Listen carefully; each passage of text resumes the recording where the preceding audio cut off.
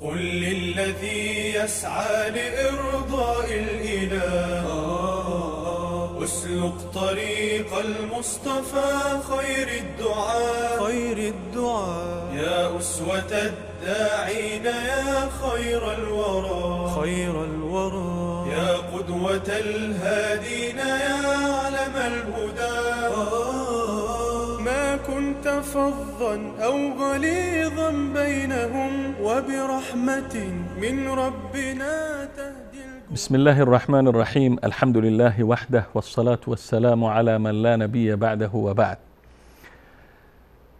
بینندگان ارجمند و گرامی در هر کجایی که هستید و در این لحظات دارید برنامه خودتان، برنامه با دعوتگران را مشاهده می کنید، خدمت تک تک شما گرامیان عرض سلام و ادب و خسته نباشید دارم. امیدوار هستم که شادکام و موفق و پیروز بوده باشید. خدمت شما هستیم با برنامه دیگر از سری برنامه‌های با دعوتگران و در این برنامه بار دیگر استاد عبدالظاهر داعی در استودیو با من حضور دارند و صحبت‌هایمان را پیرامون موضوعات مختلف دعوی انشاءالله ادامه میدیم. جناب استاد سلام علیکم.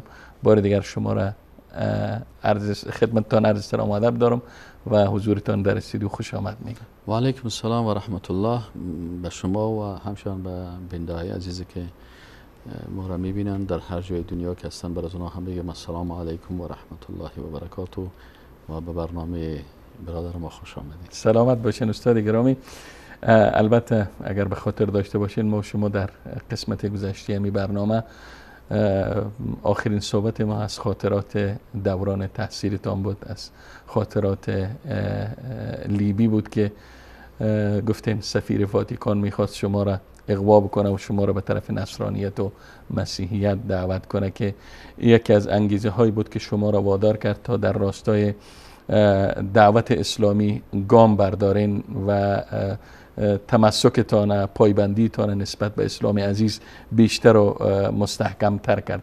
خب استاد، عموما یک سوالی که مطرح میشه میگن که خب جوانا عموما عادت دارن که یا باید دکتر بشن، پزشک شون، یا اینکه مهندس باشن، یا تاجر باشن، یا حقوقدان باشن، یا سیاستمدار باشن. اما چی شد که استاد ظاهر داعی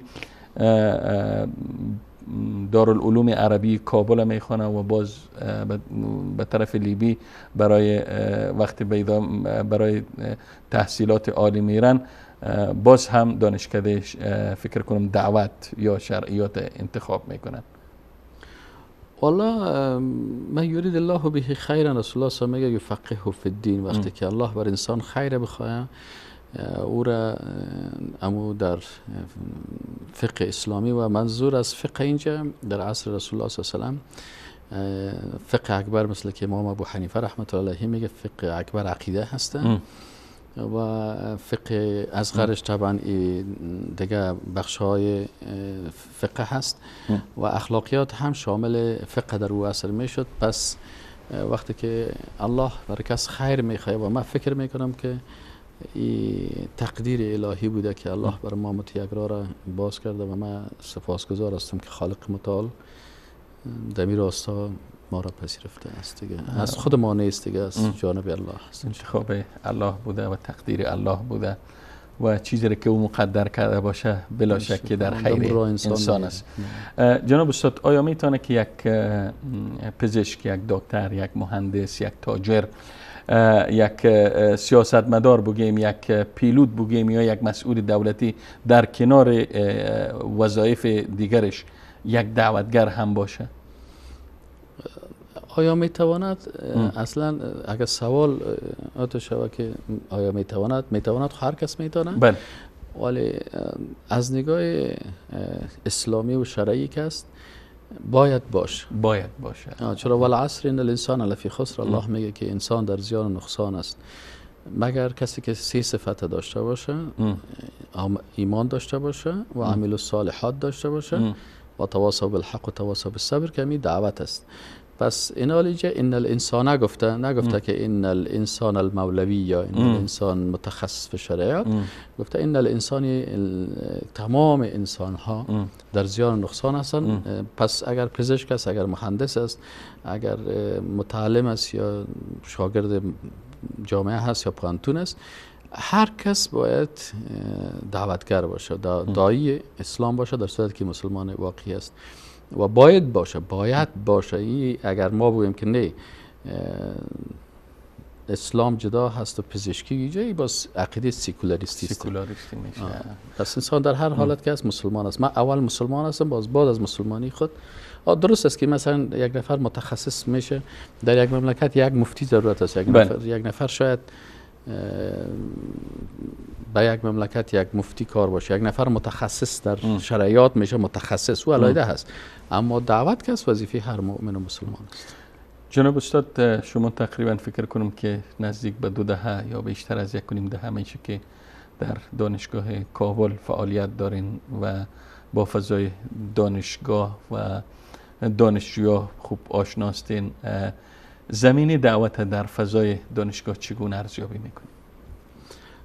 والا اصلا چون دعوت اسلام است و وقتی انسان صادقانه وقتی در صنف داخل میشه و اگر انسان دعوتگر واقعی باشه در صنف، من حیث یک استاد، اما خصوصیاتی که یک استاد غرور استادی و رتبه که داره و رتبه علمی از و رتبه از اگر او را به تکبر نکشانه، انسان من حیث یک دعوتگر وقتی در صنف داخل میشه تأثیر بسیار خوبی خود داره و جوانها که هستن غالبا مثل یک کست سفید هستن و قلب بسیار پاک دارن و حتی جوانها بودن که رسول اکرم صلی الله علیه و سلم در کنارش قرار گرفتن و ریش سفیدا و موش سفیدا و کلانها بودن، اونا به ضد رسول اکرم صلی الله علیه و سلم مثل ابو جهل ابو لهب برخواستن، ولی جوانای مثل علی، جوانای مثل مصعب ابن عمر، جوانای مثل بلال، اینا در کنار رسول الله صلی الله علیه و قرار گرفتن و از او سرسختانه دفاع کردن. بنابراین فضای جامعه از فضای دانشگاه که است یک فضای خوبی برای جوانای مسلمان ما هست که از او طریق میتونن دعوت اسلامی رو بسیار خوب بفهمن و درک بکنن و به شکل علمی و اکادمیک درک بکنن و تغییر بکنن. جناب استاد، انحراف دعوتگرها، وقتی یک دعوتگر خدای ناخواسته به انحراف کشیده میشه یا از اون مسیر اصلی که برش الله تعیین کرده از او منحرف میشه، این انحراف یک دعوتگر چی تبعات و چی پیامدهایی را در پی داره؟ خب به هر اندازه که مثلا در یک راستا حرکت مثبت از او بسیار با ارزش است، به اون اندازه که الله مثلا یک دعوتگر در عصمت و در حفظ خود نگاه میکنه، در دعوت عصمت و حفظ است که الله در حفظ الهی می باشه.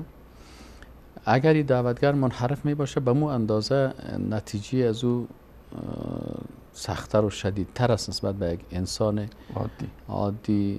میگن یک وقت امام ابو حنیفه رحمت الله علیه در کدام جای می رفته، یک طفل بسیار هوشیار بوده، امام برش گفته که وشکو بچیم نفتی، باز او بچه یک برش گفت که امام صاحب اگر من بفتم خب یک نفر هستم بفتم وشکو که تو نفتی که امت میفته، امت میلغزه. بله دیگه ناله اگر یک دعوتگر بفته و منحرف شوه پس موت العالمی موت العالم میگن، پس ضرر ازی بسیار زیاد است دیگه. الله انسان چون در فتنه می باشه، هر کس در امتحان می باشه، از الله استقامت و ثبات استدعا میکنیم که الله ایره نصیب ما بکنه.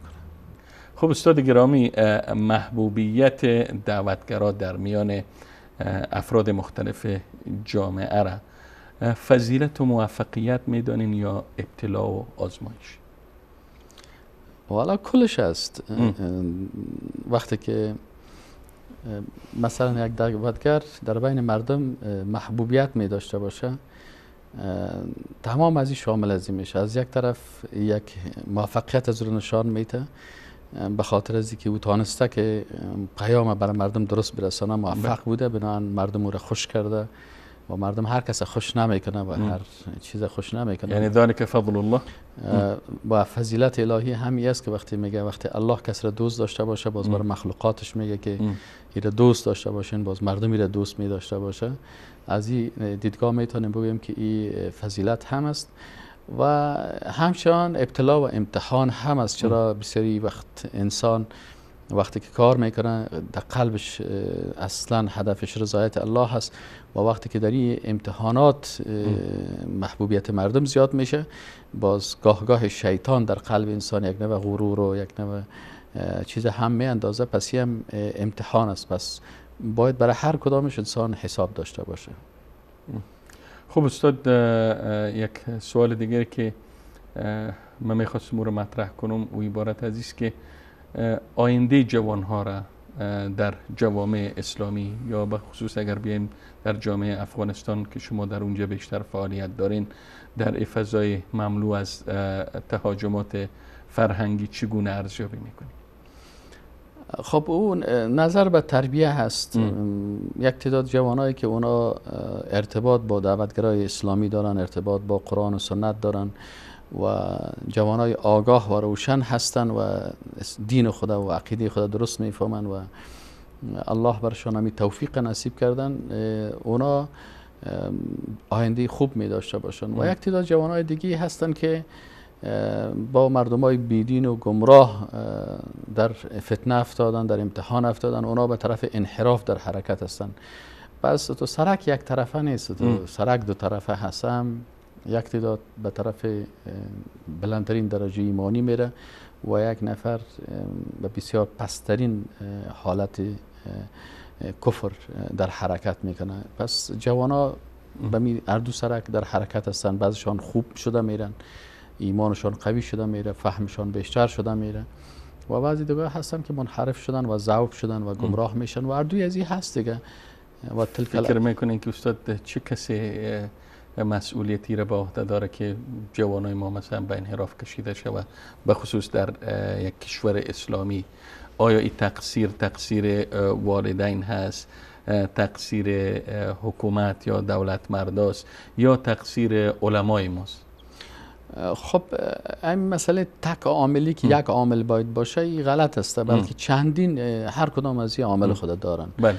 پس اهم والدین در این راستا نقش بسیار اساسی دارن. وقتی که مادر و پدر دیندار باشن و متدین باشن، رسول اکرم صلی الله علیه و آله میگه که ما من مولود الا وقد یولد علی الفطره و هر وقتی که فطرت است، اگر مادر و پدرش دیندار باشن پس این مسلمان می باشه، دیندار می باشه. و اگر مادر و پدرش گمراه باشن فابواه یهودانیه او ینصرانیه او مجوسانی، پس والدین اولین مدرسه مثلا مادر و پدر هستن، اینا هم نقش دارن. و مسجدی که میرن مدرسه دوم مسجد است، امام مسجد و حافظ قرآن که در اون مسجد است، اگر او تکاسل میکنه و مسجد برای خود مثلا جای تجارت جور کرده و در دعوت نقش نمیگیره، او هم تاثیر خود داره. و بالاخره وقتی که به مکتب میره و به دانشگاه میره و کل از اینا نقش دارن در تربیت درست ازی و یا در تربیت منفی ازی، کلگی نقش داره. نمیتونیم که یک شخص مشخص و به خصوص دعوتگرا اگر دعوتگرا صادقانه دعوت نکنن در انحراف اینا هم سهم میگیرن. یعنی پس بیشتر انگشت متوجه علما میشه و بیشتر طرف علما اشاره میشه که اینها مقصر هستند، دعوتگرا مقصر هستند، اینا فعالیت نمیکنن. آیا واقعا فعالیت علما و دعوتگرها در مقابله با مفاسد و ترویج بیبندوباری ها در افغانستان کند است یا چگونه؟ خب اگر کسی بگه که تنها علما ملامت هستن و خود کاملا براعت بتن، یک نظر سیکولاریستی است. یعنی جدای دین از ساختار زندگی خود انسان. وقتی که ما شما گفتیم والا عصر ان الانسان لفی خسر، در این کلگی داخل هستن و کلگی باید نقش داشته باشن. تو انجینیر یا تو مهندس یا تو پزشک و دکتر یا تو مثلا معلم، کل تا نقش دارن که باید در تربیت زی نقش داشته باشن.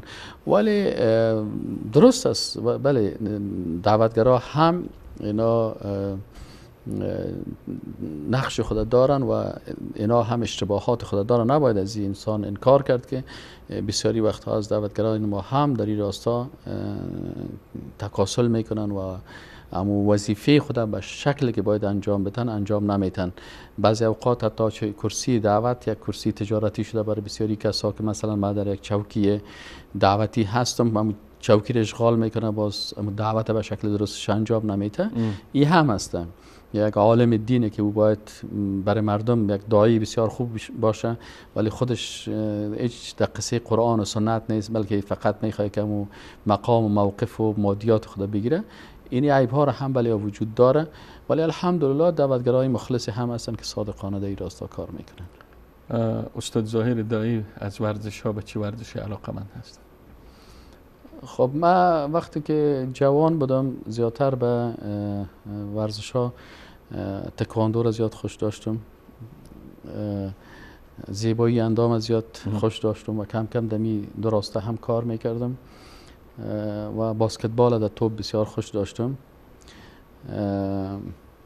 این ورزش ها را خوش دارم، ولی ورزش هایی که به اساس پلان یهود و نصارا که مردم ورزش نمیکنن بلکه ورزش خوش دارن که ببینن، وقت خود ضایع کنن و ناقی چیغ بزنن، این خوش ندارم. اما اگر خود انسان وسیله برای ضیاع وقت شده، یعنی یکی از پلان‌های یهود و نصارا همی هست که بسیاری وقتا کوشش میکنن که همی برنامه‌های ورزشی را در وقت نماز و عبادت و در اوقات بگذارن که زیادتر جوان‌ها را منحرف بسازن. پس اگر انسان ورزش بکنه، خود ورزش جزء از دین است. یعنی پیغمبر ما صلی الله علیه و سلم برای ما تعلیم کرده که علموا او تعلیم بدین اولادتان السباحه و رمایت و رکوب الخیل. من هم از ورزش ها زیادتر اسب سواری را خوش دارم. خود شهر کابل نگاه کردن اسب یک ذره مشکل است، نتونستیم. استاد اگر پرسم از خاطرات جالبتان که یک کم لبخند در لبهای ما ترسیم کنه، شما ماشاءالله تقریبا گفتم بیش از 2 دهه، شاید حتی 3 دهه بگم که فعالیت دارین در عرصه دعوت و با جامعه تعامل دارین و با محصلین تعامل دارین و با دانش آموزا شاگردای مکتبات تعامل دارین و یک خاطره جالب. حالا یک خاطره جالبم در که برای خودم بسیار جالب بود و در آن میرفتم خودم خنده گرفته بود، خنده میکردم خودم.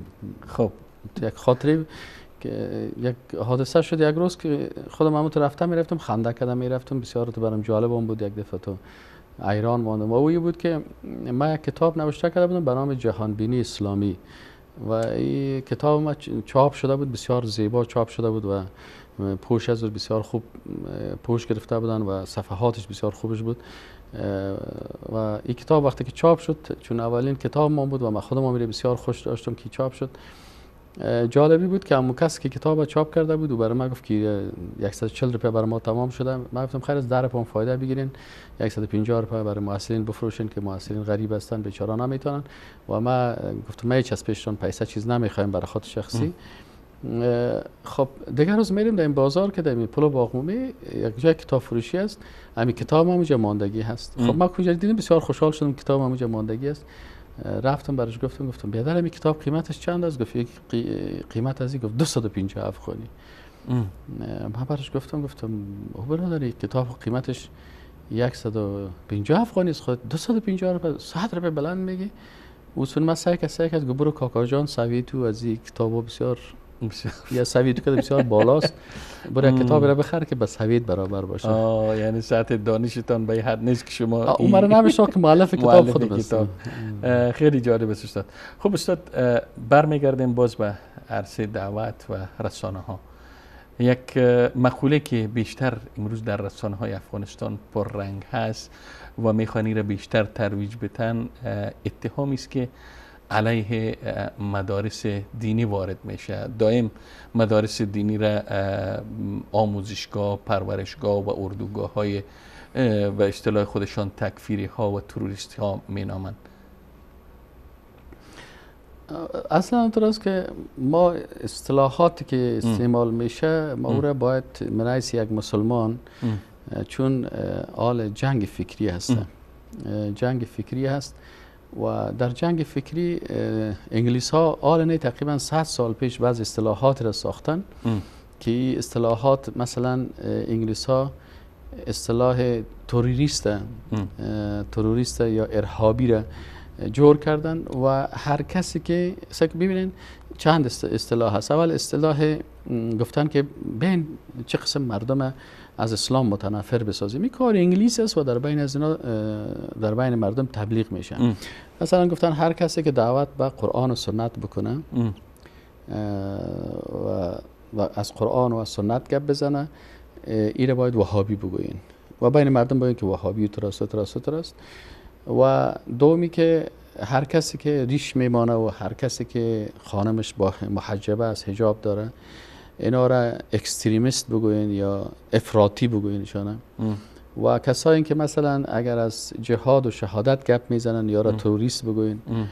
و کسایی که مثلا از نظام سیاسی اسلام و سیاست اسلامی و حکومت رسول الله صلی الله علیه و و حکومت خلفای راشدین و خلافت خلفای راشدین و خلافت اسلامی گپ میزنن و میخواین که مثلا مسلمان ها یک حاکمیت سیاسی اسلامی داشته باشه، اینا را فاندامنتالیست یا بنیادگرا بگوین.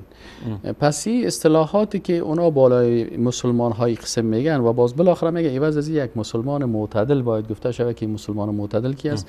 مسلمان است که امی 4 چیز نداشته باشه، امی 4 بخش نداشته باشه، از توحید گپ نزن، از این. پس این مسلمان چی هسته؟ معتدل است که خانمش به حجاب باشه و خودش کس شراب میخوره و زنا میکنه برش معلوم نشه.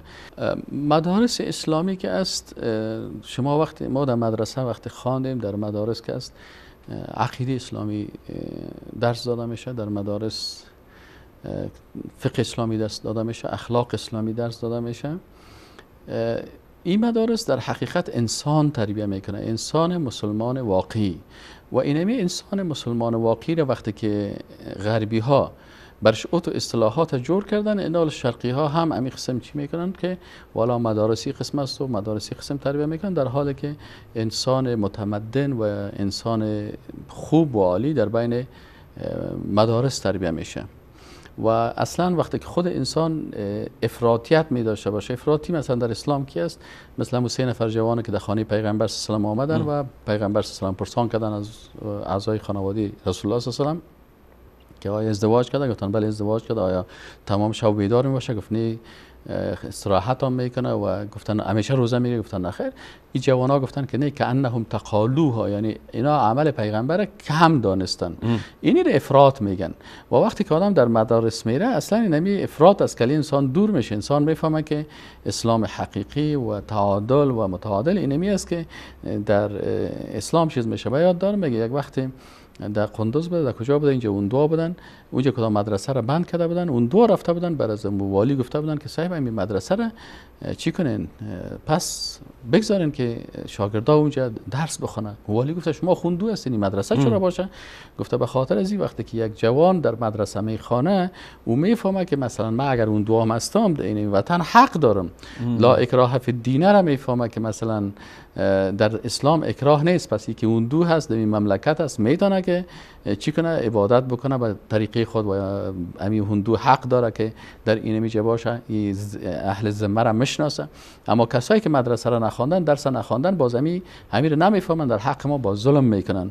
پس حتی اون دو خوشحال بود که مردم حداقل اگر اسلام ما بفهمن درست، این به نفع اون دو هم است. یعنی وقتی که مدارس جایی که مدرسه هست، اونجا برای انسان اصلا اخلاق تعلیم میده، ایمان تعلیم میده، ارزش ها را تعلیم میده، احترام والدین.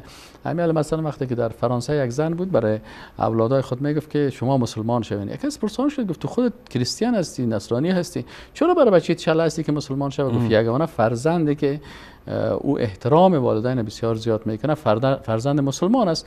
از این خاطر من علاقه‌مند از این هستم که اگه بچه‌م مسلمان شون، باز به قدر، چون در قرآن گفته که بالوالدین احسان، بر والدینتان احسان بکنین.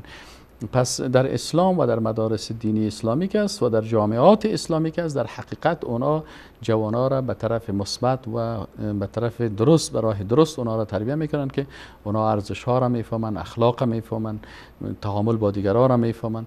برعکس از او کسایی که نمیفهمن، مدرسه نمیخوانن و بیدین هستن، اکثرا جنایات و بدبختی ها و قتل ها و گپا از دست مردمایی میشه که اونا دین درست نمیفهمن و مدرسه درست نخواندن و تعلیم دینی درست نکردن. استاد گرامی، باز هم در پایان این برنامه از سری برنامه های با دعوتگران کمال امتنان و تشکر از شما دارم که در این برنامه هم حضور یافتین و امیدوار هستم که در قسمت بعدی برنامه نیز صحبت‌های با هم داشته باشیم. بینندگان عزیز و گرامی، سپاسگزارم که تا این لحظه برنامه خودتان، برنامه با دعوتگران را مشاهده کردید. تا برنامه دیگر و دیدار دیگر همه شما عزیزان را به پناه الله یکتای بی همتا می سپارم و السلام علیکم و رحمت الله تعالی و برکاته.